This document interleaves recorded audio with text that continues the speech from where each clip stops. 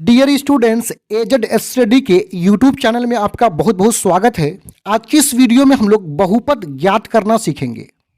जी हाँ, इस वीडियो में हम लोग ये जो तीनों प्रकार का जो आंकड़ा है, तीनों प्रकार के आंकड़ों का बहुलक निकालने के प्रोसेस को हम लोग सीखेंगे। ये जो पहला प्रकार का प्रश्न है, इसको बोलते हैं यथाप्राप्त आंकड़ा। इन आंकड़ों को क्या बोलते हैं? यथाप्राप्त आंकड़ा। और 2 नंबर वाला जो सारणी देख रहे हैं, इसको बोलता है ओ वर्गीकृत बारंबारता सारणी। और ये जो तीसरा नंबर का जो सारणी है, इसको बोलते हैं वर्गीकृत बारंबारता सारणी। वर्गीकृत बारंबारता सारणी इसलिए क्योंकि आप देखिएगा यहाँ वर्ग अंतराल है, यानी वर्ग के रूप में क्या है, 1 से 4, 4 से 7 ये दूसरा वर्ग हुआ, 7 से 10 तीसरा वर्ग हुआ। जबकि इस सारणी में देखिएगा तो वर्ग नहीं है, केवल क्या है, चरमान है, केवल सिंगल है, 0 है, 1 है, 2 है। लेकिन यहाँ पे देखिए क्या है, 1 से 4 इन 2 संख्या है। तो तीनों के बहुलक निकालने का क्या प्रोसेस है, इस वीडियो में हम लोग आसानी से सीखेंगे। देखिए, क्लास 10 की एनसीईआरटी बुक को यदि देखेंगे ना हम, तो इस प्रकार के बहुत सारे प्रश्न मिलेंगे। लेकिन वहां पे ये दोनों प्रकार के बहुलक निकालने का प्रश्न नहीं है। लेकिन मैट्रिक के बोर्ड परीक्षा में ये दोनों प्रकार के भी प्रश्न पूछे जाते हैं। तो मैं आज इस वीडियो में आपको तीनों प्रकार के आंकड़ों का बहुलक कैसे निकालेंगे, उस प्रोसेस को काफी आसानी से सिखाएंगे, ताकि परीक्षा में आपका एक भी प्रश्न छूटे नहीं। तो वीडियो को शुरू करते हुए सबसे पहले जो 1 नंबर वाला जो यथाप्राप्त आंकड़ा है, आइए इसका बहुलक निकालने का प्रोसेस को हम लोग सीखते हैं। तो 1 नंबर है तो लिख लेंगे 1 नंबर। हल कर रहे हैं तो यहां पे लिख लेंगे हल। ठीक है, अब इसका जो बहुलक निकालने का सूत्र है उसको लिख लेंगे। तो बहुलक बराबर होता है, यथाप्राप्त जो आंकड़ा है इसका बहुलक का सूत्र होता है सबसे अधिक बार आने वाला चरमान। कौन सा चरमान होगा? वह चरमान जो सबसे अधिक बार आया है। अब यहां पे आप जो देख रहे हैं ना, 3, 4, 7, 2, 9, 7, 9, 7, इस सबको चरमान बोलते हैं। तो हमें उस चरमान को देखना है जो सबसे अधिक बार आया है। तो देखिए 7 को देखिए, 7 सबसे अधिक बार आया है, 1 बार, 2 बार, 3 बार। वहीं पे यदि 9 की बात करें तो ये 1 बार, 2 ही बार आया है। 3 केवल 1 ही बार आया है और कहीं 3 नहीं है। 4 केवल 1 ही बार यहीं पे आया है। 2 केवल 1 ही बार यहीं पे आया है।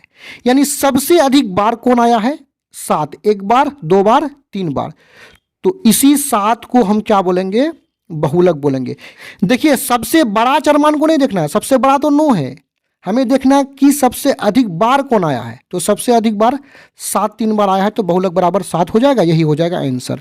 अब आगे बढ़ेंगे और दूसरा जो है ओ वर्गीकृत बारंबारता सारणी, इसका भी बहुलक निकालने का प्रोसेस को हम लोग सीख लेंगे। तो यहाँ पे एक नया पेज लेंगे, 2 नंबर है तो 2 नंबर लिख करके यहाँ पे हल लिखेंगे। देखिए, इसका बहुलक निकालने के लिए सबसे पहले आपको पता करना पड़ेगा कि सबसे बड़ा बारंबारता कौन है। तो यहाँ पे लिख लेंगे कि सबसे बड़ा बारंबारता, सबसे बड़ा बारंबारता को देखिए, बड़ा बारंबारता, सबसे बड़ा बारंबारता देखिए, ऊपर में क्या है? चरमान। ये 0, 1, 2, 3, 4, 5, 6 ये चरमान है। और नीचे क्या है? बारंबारता। बारंबारता 1 है, 1 है, 3, 2, 1, 2, 1। तो इनमें से बारंबारताओं में सबसे बड़ा बारंबारता क्या है? 3 है। तो हम देख लिए कि सबसे बड़ा बारंबारता क्या है? 3 है। अब देख लेंगे कि 3 का चरमान क्या है। तो 3 का संगत चरमान। चरमान के आगे में संगत इसलिए लिखे हैं कि इसी 3 के ऊपर में देखना है कौन चरमान है। तो देखिए, सबसे बड़ा बारंबारता 3 है, तो इसी 3 को यहां पे लिखेंगे। तो 3 का संगत चरमान, तो 3 का संगत चरमान कितना है? 2। इसके ऊपर में देखिए चरमान, ये चरमान 2 है।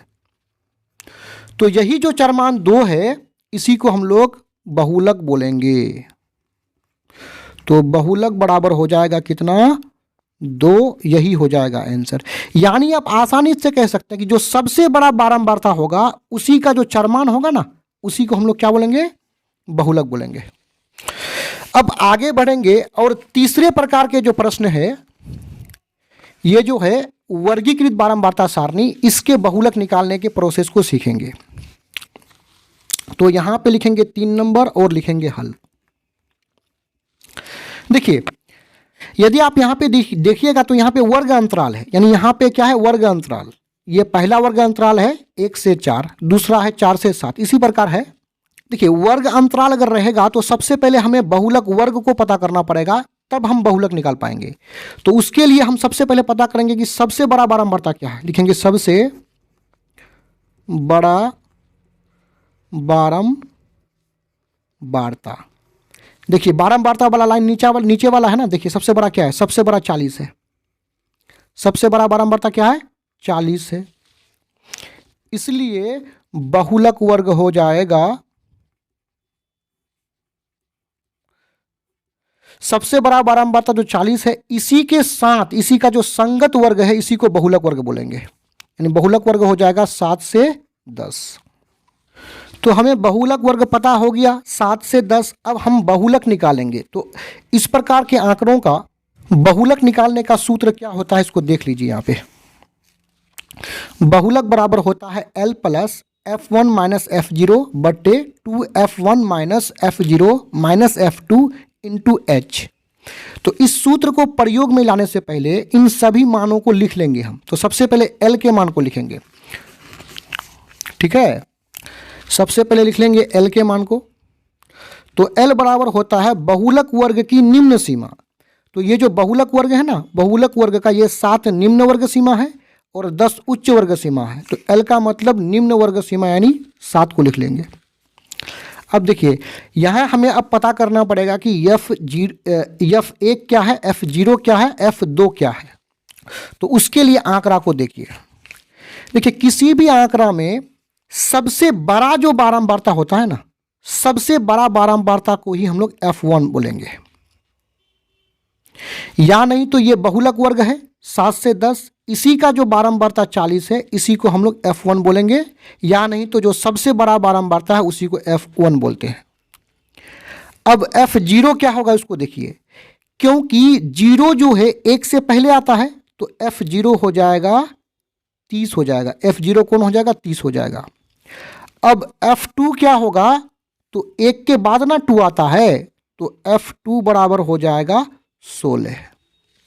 तो यहां पे हम लोग नोट कर लेंगे। यानी F1 हो जाएगा कितना, 40।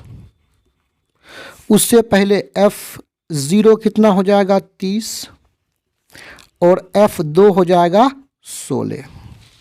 देखिए, इन तीनों में से किसी को भी आप पहले या बाद में लिख सकते हैं। आप F1 से स्टार्ट किए ना, आप चाहें तो F0 को भी पहले लिख सकते हैं, उसमें कोई दिक्कत नहीं। और अंत में जो ये मान है H, इसको भी निकाल लेते हैं। तो देखिए, H बराबर होता है उच्च वर्ग सीमा माइनस निम्न वर्ग सीमा। तो बहुलक वर्ग में देखिए, ये उच्च वर्ग सीमा 10 है, तो उच्च वर्ग सीमा में हम निम्न वर्ग सीमा यानी 7 को घटाएंगे, तो जो प्राप्त होगा तो वो क्या हो जाएगा, H। यानी H बराबर हो गया 3। अब हम लोग सूत्र का प्रयोग कर लेंगे, यानी ये जो सूत्र है इसको प्रयोग कर लेंगे। तो सूत्र होता है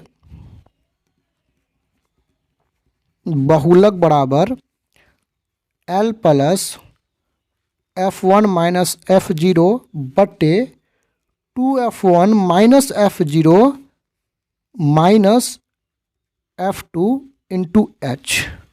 अब मानों को इसमें रख देंगे, बराबर करेंगे। L का मान कितना है, 7। F1 बराबर कितना है, 40 माइनस F0 का मान कितना है, 30 बटा, देखिए यहाँ 2 है तो 2 को तो लिखना ही पड़ेगा, और F1 का मान 40 माइनस करेंगे F0 का मान 30, फिर यहाँ माइनस है तो माइनस करेंगे F2 का मान कितना है, 16